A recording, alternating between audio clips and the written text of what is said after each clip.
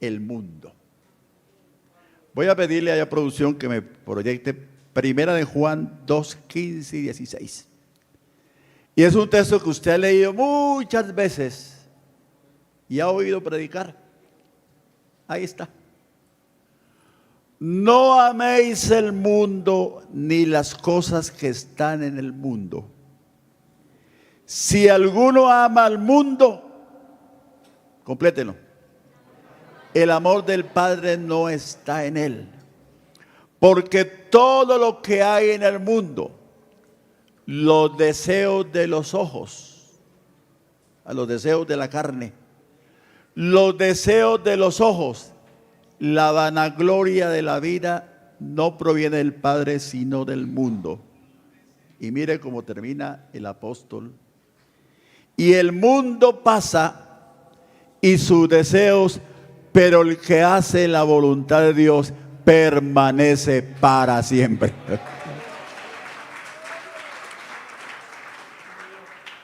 Y otro verso más que se añade a este es Santiago 4:4.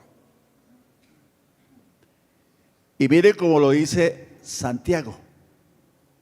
Oh almas adúlteras, ¿no sabéis que la amistad del mundo es enemistad contra Dios?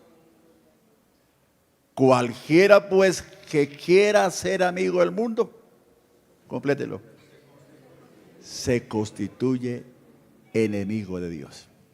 Yo creo que más claro no se puede decir esta mañana con relación a ese enemigo que es el mundo.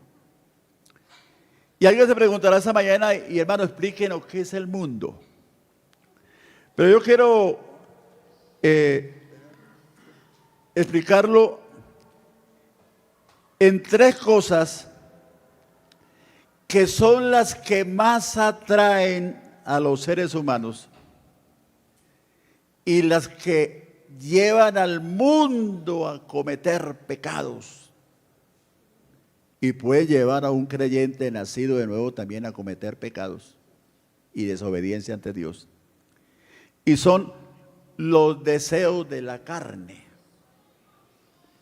Esta carne, esta que cabeza, hombro, rodillas y pies. Esta carne de que estamos nosotros vestidos aquí en esta tierra, peligrosa que es. Los deseos de los ojos. Y ahora les voy a decir por qué. Y la vanagloria de la vida. En eso podemos resumir lo que es el mundo. Entonces voy a mostrarles brevemente qué son los deseos de la carne.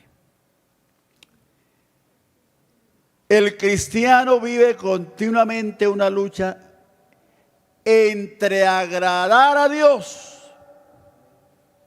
y no agradarlo. Ángel Miro Camacho vive a diario esa lucha. Esto no es simplemente lo que todos, bonitos, feos, negros, blanquitos, altos, chaparritos, todos. Eso lo dijo Pablo en Romanos 7, 14 al 25, vamos a leerlo. Porque sabemos que la ley es espiritual, mas yo soy carnal, vendido al pecado. Porque lo que hago no lo entiendo, pues no hago lo que quiero, sino lo que aborrezco, eso hago. Eso nos puede pasar a todos. Y si lo que no quiero esto hago, apruebo que la ley es buena, de manera que ya no soy yo quien hace aquello, sino el pecado que mora en mí. Y yo sé que en mí está, esto es, en mi carne no mora el bien. Porque el querer el bien está en mí, pero no el hacerlo. Porque no hago el bien que quiero, sino el mal que no quiero, eso hago. Y si algo hago lo que no quiero, ya no lo hago yo, sino el pecado que mora en mí. El hermano Eliseo nos enseñaba una frase que Jairito debe recordar. No somos pecadores porque pecamos, pecamos porque somos pecadores. En esa frase él definió esto. Y si hago lo que no quiero, yo no lo hago, sino el pecado que él mora en mí. Así que queriendo yo hacer el bien, hallo esta ley, que el mal está en mí. Porque según el hombre interior, ese hombre nuevo, me deleito en la ley de Dios. Y yo quisiera preguntarles esta mañana, ¿cuánto nos deleitamos en la ley, en la palabra de Dios? A nosotros nos encanta la palabra. Bueno, porque según el hombre interior me deleito en la ley de Dios, pero veo otra ley en mis miembros que se rebela contra la ley de mi mente y me lleva cautivo a la ley del pecado, porque están mis miembros. Por eso la canción que cantamos ahora, cuidaré ¿qué? Mis ojos, cuidaré mis manos, cuidaré mi corazón de todo lo malo. Y es un compromiso que cuando yo canto esa canción me da miedo, que el Señor sí seré capaz de cumplirlo.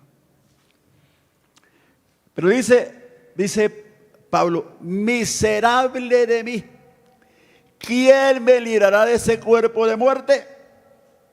Pero él en su revelación que tuvo, hace esta aclamación: gracias doy a Dios por Jesucristo, Señor nuestro.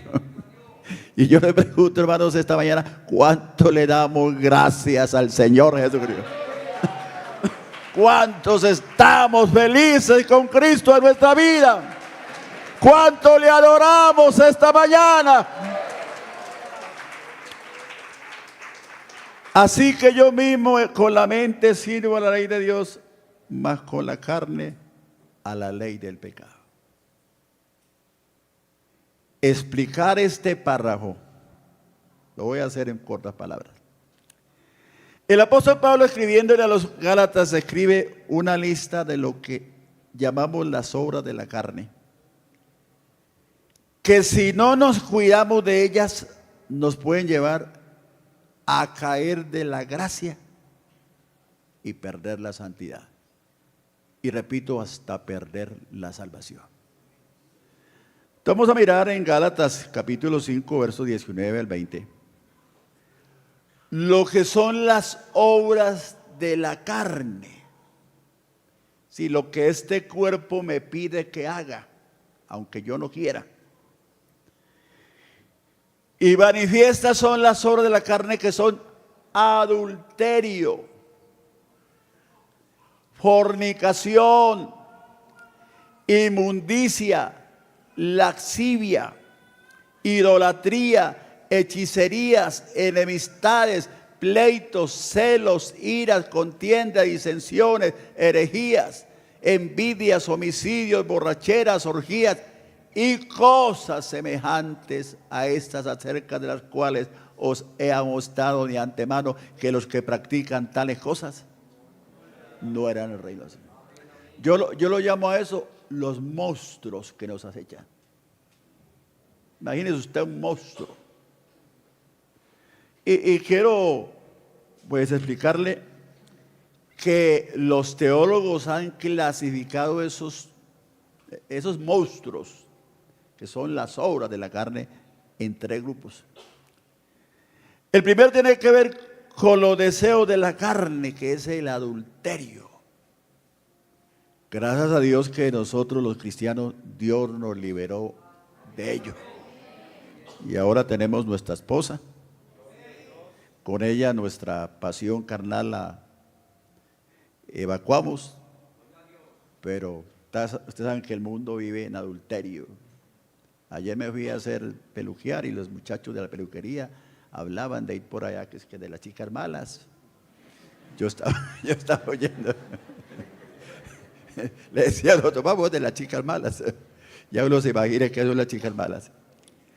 Fornicación, inmundicia, lascivia y orgías. Orgías, bueno. Los pecados que tienen que ver con la fe, la idolatría. Por eso Santiago dice, oh almas adúlteras, porque uno no puede servir a dos señores, sirve a Dios o sirve a los apetitos de la carne, o sirve al mundo. Y me gusta como lo dice Santiago, oh almas adúlteras, ¿no sabéis que la amistad del mundo es enemistad contra Dios? Yo sí quiero invitarlos a todos los que estamos aquí, hermano, que seamos de Dios y solamente seamos de Dios. Y al mundo que ya le volteamos la espalda. Hechicerías que pululan por ahí, hasta nuestros gobernantes están envueltos en hechicerías. Y esos son los pecados que va a predominar en la gran tribulación, la hechicería. Las herejías, que tienen que ver con las divisiones o con aceptar doctrinas falsas. Y los pecados que tienen que ver con el temperamento, las enemistades. Si usted está aquí, hermana y hermano, y usted aborrece a su hermano y no le habla, porque uno encuentra hermanos que no se hablan. Y yo con ese ni quiero verlo. Yo digo, ¿cómo quiere usted estar en el cielo si no quiere ver a su hermano? Pleitos, celos, iras. Aunque la ira es muy del ser humano, pero ¿quién dijo airaos pero no pecáis? Y a Ángel Miro Camacho le da ira. Y me da esa rabiecita menovita también. Pero la idea es no pecar, que no se ponga el sol sobre nuestro enojo. Y si mi hermano me ofende a mí, ¿cuántas veces tengo que perdonarle? 70 veces 7. Contiendas, disensiones, envidias, homicidios, borracheras. Y cuando el apóstol Pablo añade lo otro en el contexto que él escribió, y cosas semejantes a estas. En el mundo donde que él se levantó, todavía no había esos pecados que hay hoy en día de lo que son las parafilias. Pero sí había homosexualismo, de pronto lesbianismo. Pero ya eso de fetichismo, de voyerismo, de transvestismo, ¿cuál más? Las parafilias que hay, que son un montón. Aquí los psicólogos saben de eso. Entonces el apóstol dice, y cosas semejantes a estas. Entonces mire, hermano, que hay una cantidad de monstruos que tenemos aquí en nuestra carne. Por eso este tema de la santidad hay que ponerle cuidado. Esto no solamente es un sermoncito, esto es para vivirlo, porque sin santidad nadie verá al Señor. Yo tenía por ahí un canto que lo estaba talareando ahí con los hermanos, muy viejo. ¿Para qué pecar si soy salvo?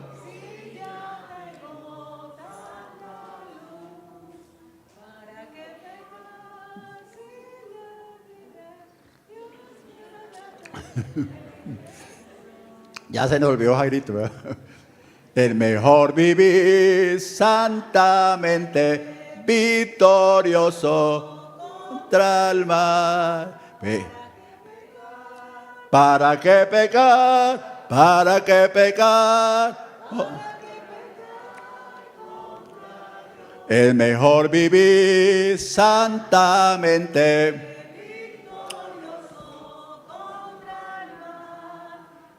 Su prepara su pueblo una patria celestial, una patria hermosa en los cielos, donde inmundo no entrará. ¿Para qué pecar? ¿Para qué pecar? ¿Para qué pecar contra Dios? Es una canción vieja que no debemos de olvidarla porque nos trae un gran mensaje. Hermano, por favor, denle gloria a Dios. ¿Y qué son los deseos de los ojos? Mateo 6, 22 y 23, el Señor Jesús nos da unas luces. Y dice así Mateo 6:22. La lámpara del cuerpo es el ojo. Si tu ojo es bueno, todo tu cuerpo está lleno de luz. Pero si tu ojo es maligno, todo tu cuerpo estará en tinieblas. Así que si la luz que hay en ti es tinieblas, ¿cuánto no serán las mismas tinieblas? Entonces nosotros tenemos que cuidar mucho nuestros ojos. Vamos a mirar qué dice Eclesiastés 1:8, para que usted lo entienda.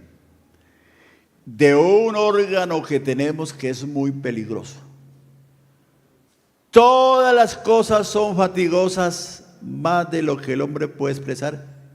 Nunca se sacia el ojo de ver, ni el oído de oír. Es decir, que nuestros ojos nunca se saciarán de ver.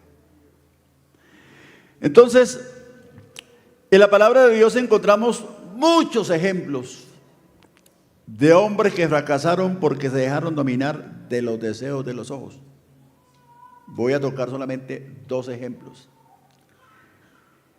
Acán, que fue un príncipe de los hijos de Israel. Y el capítulo 7 de José nos narra la triste historia de Acán, que tomó del anatema. Cuando dice la Biblia anatema, era algo que Dios había dicho que era maldito, que no podían tocar ni tomar.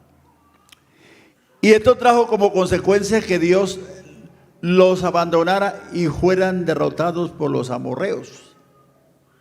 Voy a obviar el relato para no alargarme mucho. Pero lo que dice la Biblia fue que tomó un manto babilonio, tomó unas piezas de plata y unos lingotes de oro, porque le parecieron muy bonitos, y sentenció toda su familia a la desgracia y se perdió. Otro ejemplo de lo que quiero tomar es uno muy conocido, el de David. ¿Quién se lo creyera? El dulce cantor de Israel, el gran rey David, que venció al gigante Goliat, también se dejó arrastrar por los deseos de los ojos, pecando con Betsabé. Y usted conoce la historia.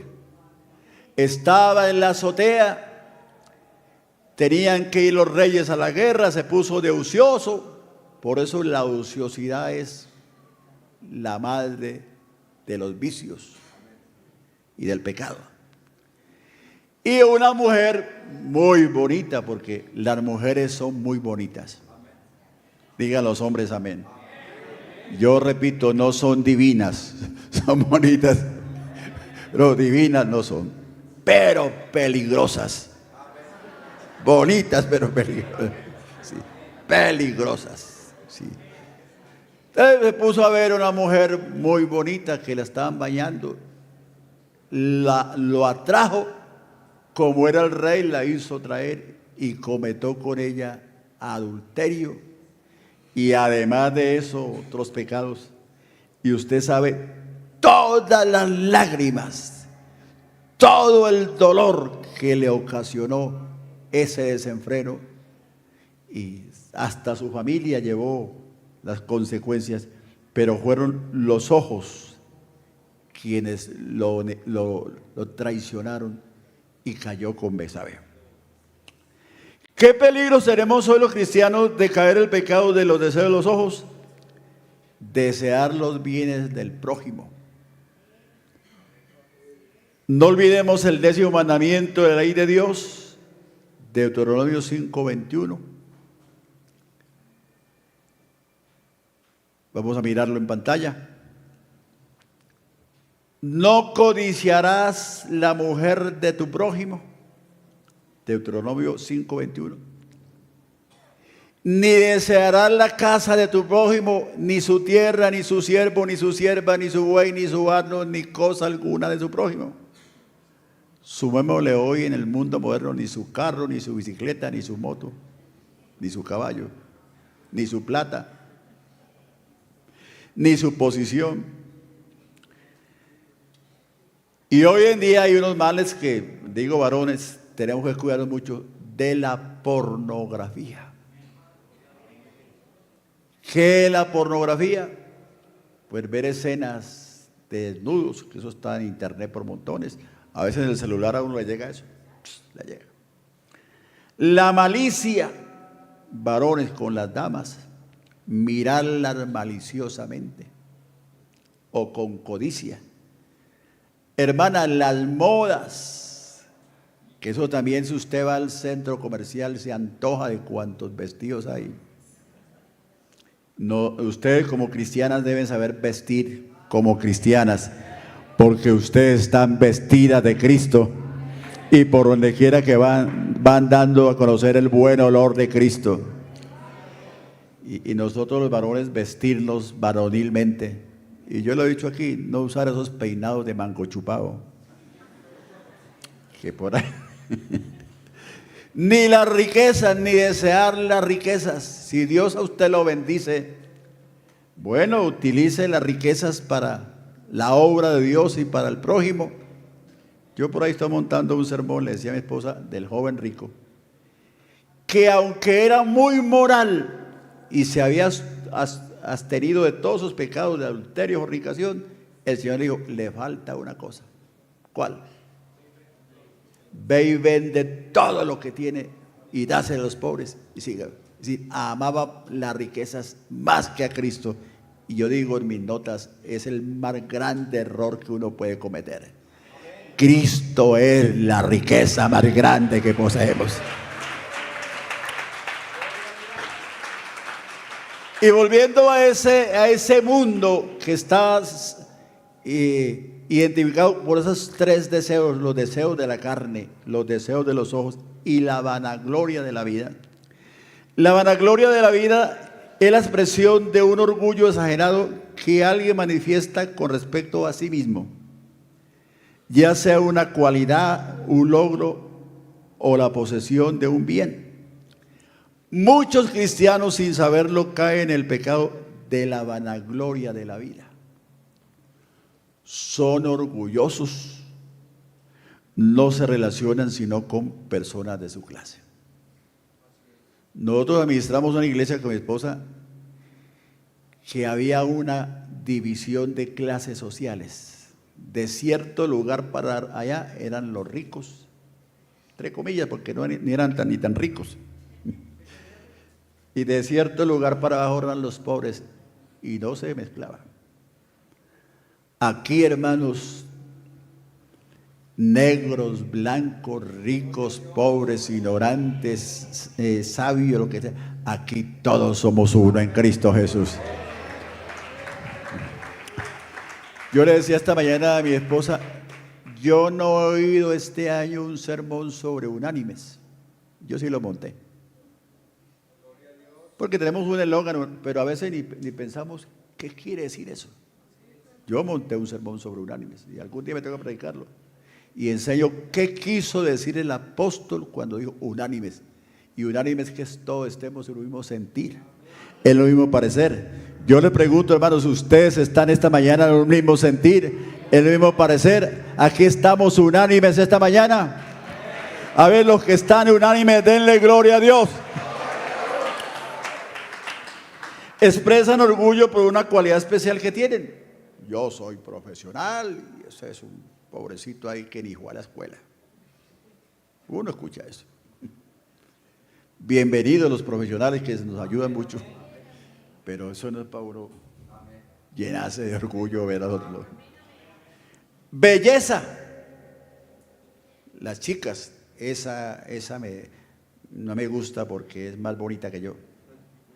Y uno ve entre las chicas rivalidades que por la belleza. La belleza es vana, ¿cómo que hizo el? ¿Vana es qué? La belleza de hermosura. La mujer que teme a Jehová, esa será alabada. Una familia de clase social. Yo soy muy antiguo en la iglesia y yo me las sé todas. No, uno no puede decir eso.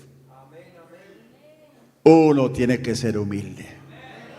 ¿Yo para qué escucho ese sermón si yo ya me la sé? Por sencillo que sea el sermón, es la palabra de Dios. Y yo todos los días aprendo. Alabanzas al nombre del Señor. Uno sí ve en la iglesia mucha rivalidad e envidia entre los hermanos. Y perdonen. Que si este tiene o no tiene. No olvidemos que el pecado de la soberbia y la altivez y la envidia se gestó en el cielo. ¿Con quién? Con Luzbel. Caín también tuvo envidia de su hermano Abel y lo mató. Y también los hermanos de José lo vendieron porque tuvieron envidia porque era el soñador. Bueno, termino aquí con lo que puedo explicar qué es el mundo. Son los deseos de ¿qué? De la carne, los deseos de los ojos y la vanagloria de la vida. Por favor, denle alabanza al Señor. Voy a hablar del segundo enemigo del alma, el demonio o Satanás. Primera de Pedro 5, 8 y 9. Y mire cómo dice el apóstol Pedro: sed sobrios y velad, porque vuestro enemigo o el adversario, el diablo, como león rugiente, anda alrededor buscando a quien devorar. El cual resistí firmes en la fe, sabiendo que los mismos padecimientos se van cumpliendo en vuestros hermanos en todo el mundo. Si no solamente aquí los hermanos de Envigado, de Medellín, todo el mundo. Tenemos un enemigo que es el diablo. Pero usted no le vaya a echar también la culpa a todo el diablo. Porque hay por ahí un cuento de un hermano que dejó de ir al culto y el pastor fue a visitarlo. Hermano, usted que ese día no va al culto. Y, hermano, es que el diablo siempre. Y todo le echaba culpa al diablo, hasta que el diablo se le apareció y dijo: debe ser mentiroso. Yo tengo la culpa de todo. Entonces son muchas las advertencias que hallamos en la palabra de Dios de cuidarnos, de tener mucho cuidado de este enemigo que actúa muy sutilmente procurando destruir al cristiano, pero que sí lo tenemos ahí. Primera de Juan 5, 18 y 19. Mire lo que dijo Juan. Sabemos que todo aquel que es nacido de Dios no practica el pecado, pues aquel que fue engendrado por Dios lo guarda y el maligno no le toca. Mire, hermano, aquí hay una promesa muy linda. Si usted y yo hemos sido nacidos de Dios, pobre diablo mentiroso y descarado, él no tiene nada que ver con nosotros. Pero anda como león rugiente. Y sabemos que somos de Dios y el mundo entero está bajo el maligno. Por eso, hermanos, ame la iglesia, apoye la iglesia, ore por la iglesia, ame este rebaño donde Dios lo tiene congregado, porque el mundo de afuera está llevado por el diablo.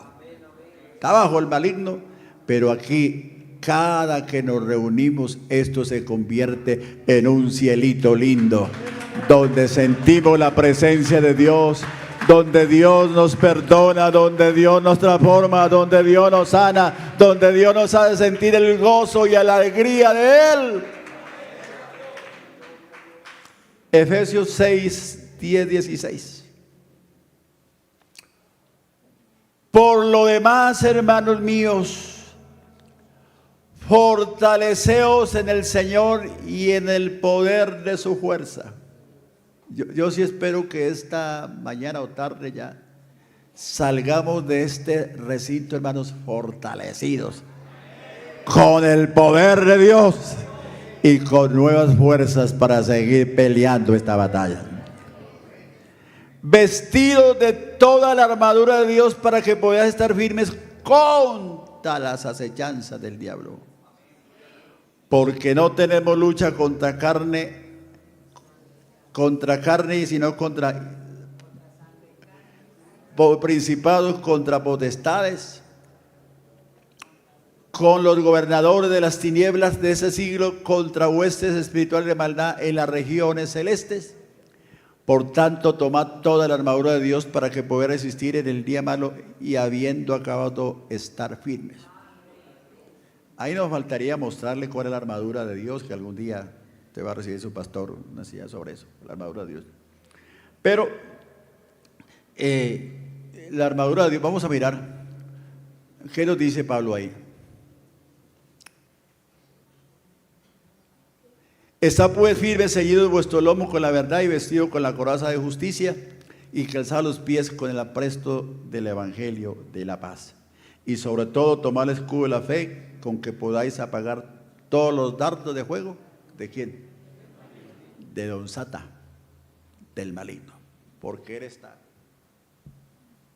siempre tratando de tirarnos a la lona. Pero esta tarde yo con ustedes puedo decir, hay poder en el nombre de Jesús. Hay poder en el nombre de Jesús. El apóstol Santiago también nos escribió sobre este problema. Santiago 4:7. Y dijo Santiago esto: someteos pues a Dios. ¿Y qué? Y resistí al diablo y huirá de vosotros. Yo le digo aquí en el lenguaje de los muchachos, no le coma cuento al diablo, hermano. No le coma cuento al diablo, resístelo y él tendrá que huir de nosotros, porque el ángel de Jehová acampa alrededor de los que le temen y los defiende. Recuerdo que mi pastor hace muchos años a mí me adoctrinó, nos enseñaba, hablando de esto, que en cierta ciudad hubo un hombre que quería vender su casa y le resultó un comprador. Hicieron el negocio, señor, yo le compro la casa, ¿cuánto vale? Pero el vendedor le dijo, vea, yo le voy a vender mi casa, pero hay un clavito en tal parte en la entrada que yo no lo vendo. Porque ahí yo cuelgo el sombrero, el abrigo, el paraguas. Entonces el comprador pues no le vio problema, dijo, no sé, yo hago el negocio, pero ese clavito no se lo vendo. Yo cuando quiera vengo y cuelgo el sombrero, paraguas y abrigo. Entonces cuando ya hicieron negocio, al otro día llegó el vendedor. Buenos días, vengo a colgar el sombrero. Al otro día vengo a colgar el paraguas.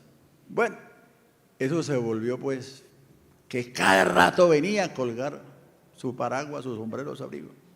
Hasta que claro, el comprador dijo, no señor, usted me tiene ya cansado. ¿Qué es otra vez con la casa? Yo no aguanto tanta visita a colgar su sombrero, su paraguas. La anécdota nos enseña que uno no debe dejarle al diablo nada donde él pueda apoyarse. Cuando yo lo eché de mi casa y cuando yo me entregué a Cristo, ¡fuera de aquí, Satanás! No tiene nada que ver conmigo. Porque si usted le deja un clavito, ahí le va a llegar el hombre y le pone problema. Bueno. Y voy a terminar con el tercer enemigo, que es la carne. Aunque ya vimos algunos aspectos. Pero vamos a mirar Gálatas 5:17, que es la base, para que usted entienda que es un enemigo del alma.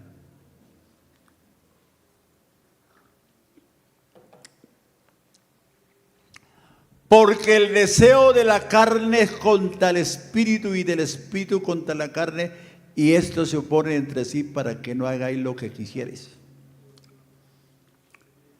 Y Romanos 8:6. Porque el ocuparse de la carne es muerte, pero el ocuparse del Espíritu es vida y paz.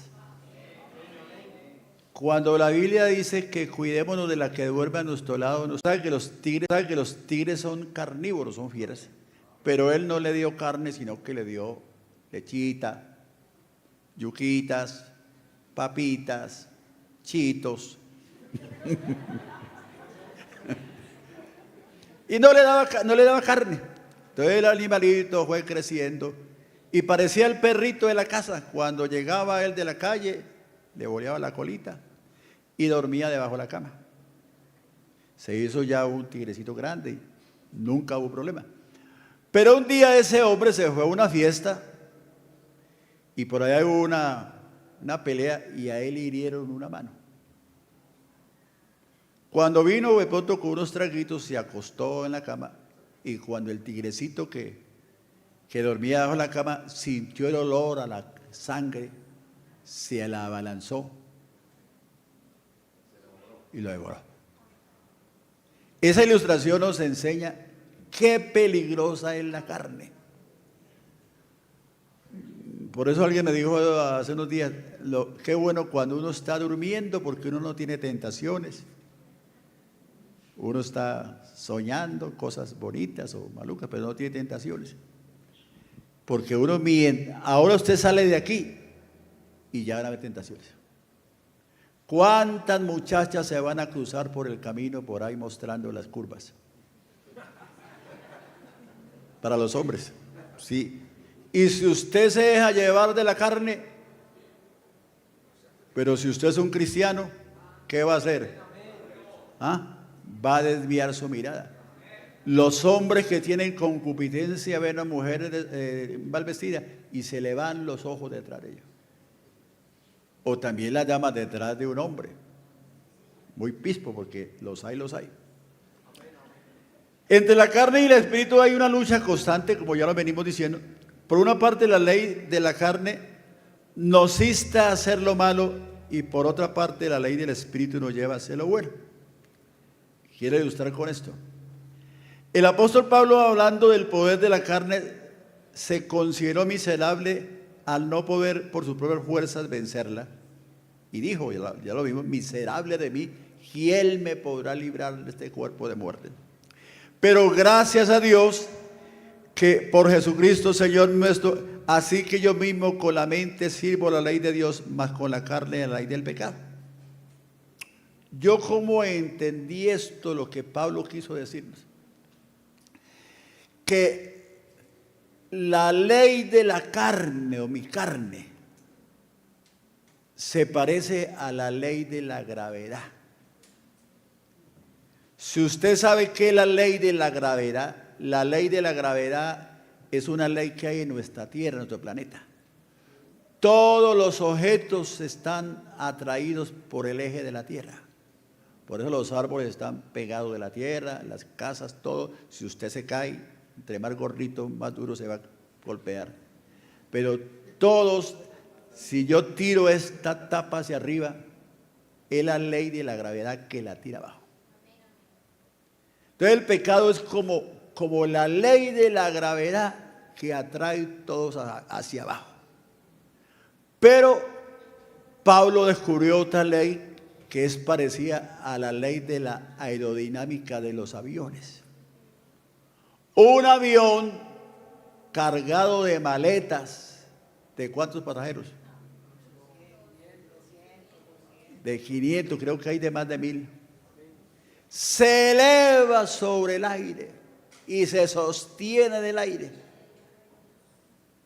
Entonces, yo digo, esa es la ley del espíritu. Si usted es espiritual, usted no se va a dejar arrastrar por la carne.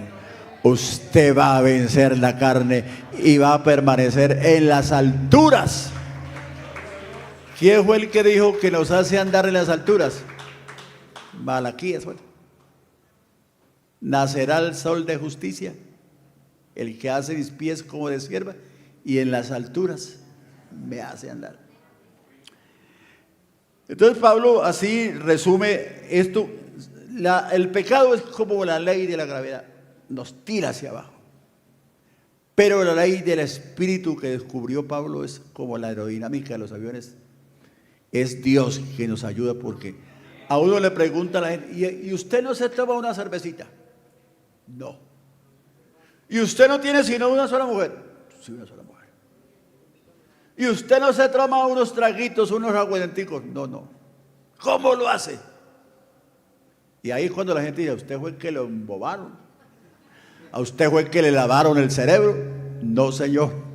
El Señor hizo en nosotros un milagro muy grande y podemos permanecer en santidad, alabándole y glorificándole y esperando el día en que Él también va a vencer la ley de la gravedad.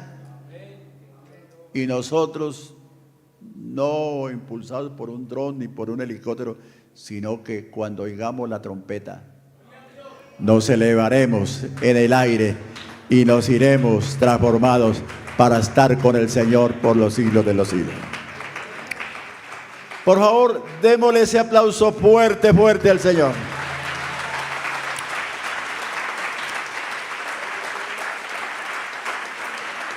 Ya voy a terminar. Hermanos, ¿han entendido ustedes cuáles son los tres enemigos del alma? ¿Cuáles?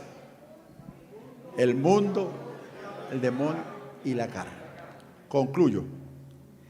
El apóstol Pedro nos invita a que nos abstengamos de todos los apetitos de la carne, que batallan contra el alma, que son enemigos del alma.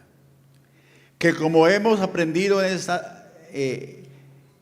están al acecho del cristiano para derrotarlo y llevarlo a la perdición. Permitámosle al Espíritu Santo dominar nuestra vida y de esa manera vivir en victoria. Si usted de pronto ha venido esta mañana con una situación de esas que la carne lo llevó a fracasar o a pecar o a cometer un error, esta mañana también tenemos una solución muy importante. Yo recuerdo que el hermano Eliseo nos enseñaba que había un borracho cerca del templo de un pastor, y el pastor cada rato lo invitaba al culto. Vecino, ¿cuándo va a ir al culto? Pastor, un día voy. Un domingo le llegó al culto y el pastor lo vio que llegó y tenía ya su sermoncito preparado, pero lo cambió y empezó a hablar de todo lo de borrachera. Ay, de aquellos que mezclan licores, los borrachos. Y cuando terminó el culto, entonces el pastor fue a saludar al vecino. Vecino, qué bueno que estuvo en el culto. ¿Cómo le pareció el sermón? Dijo: pastor, sé yo más de borrachera que lo que usted enseñó. Yo vine a buscar el remedio y no lo encontré. Ustedes nos enseñaban que cuando uno predica la palabra, uno muestra a la gente el remedio, porque Cristo tiene el remedio para la dificultad del ser humano, porque somos humanos.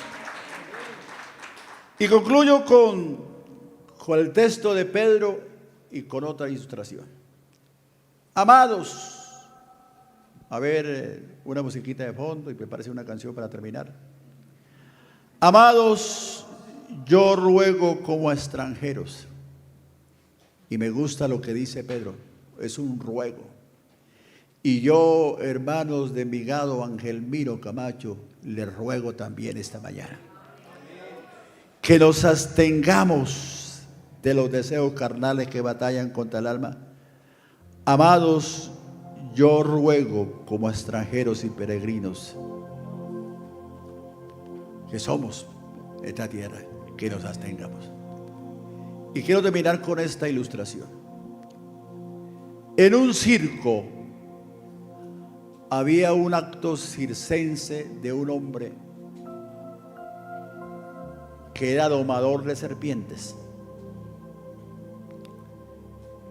Y su acto circense era que él se dejaba envolver de una serpiente pitón.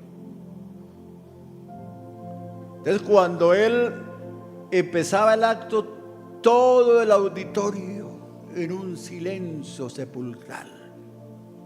La serpiente se enrollaba.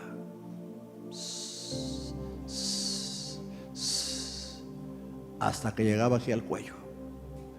Y a un toque, la serpiente se desenrollaba. Y era un acto pues escalofriante. Pero en cierta ciudad le pidieron que lo repitiera. Y el domador de serpientes le hizo señas a la serpiente y empezó a... Pero cuando ya iba aquí en el segundo acto, un somnífero que le aplicaba a la serpiente dejó el efecto, y cuando ella sintió que tenía un cuerpo caliente, apretó. Y dice la historia que solo se oyó el grito del domador, que murió asfixiado por la serpiente. Así es la carne. Si nosotros no le ponemos cuidado, la santidad se nos va al piso. Acabamos. ¿Y cuántos hombres? Yo hablo como ministro, cuántos compañeros nuestros, yo como directivo que he sido, vivo en la historia, nos ha tocado que destituirlo del ministerio. Y nos han rogado, por favor, tenga misericordia de nosotros, por favor, no, y la familia no. Pero ante tal enemigo, hermanos, han caído los más valientes. Que Dios nos ayude. Que Dios nos dé la victoria. Vamos a estar de pie esta tarde. Y a ver, muchachos, inspírenos con una canción. Si aquí hay un amigo, hay un hermano que quisiera venir a ese altar y decirle: Señor, ayúdame. Ayúdame, Señor. No es fácil, hermanos. No es fácil. No es fácil. La carne son unos monstruos horribles.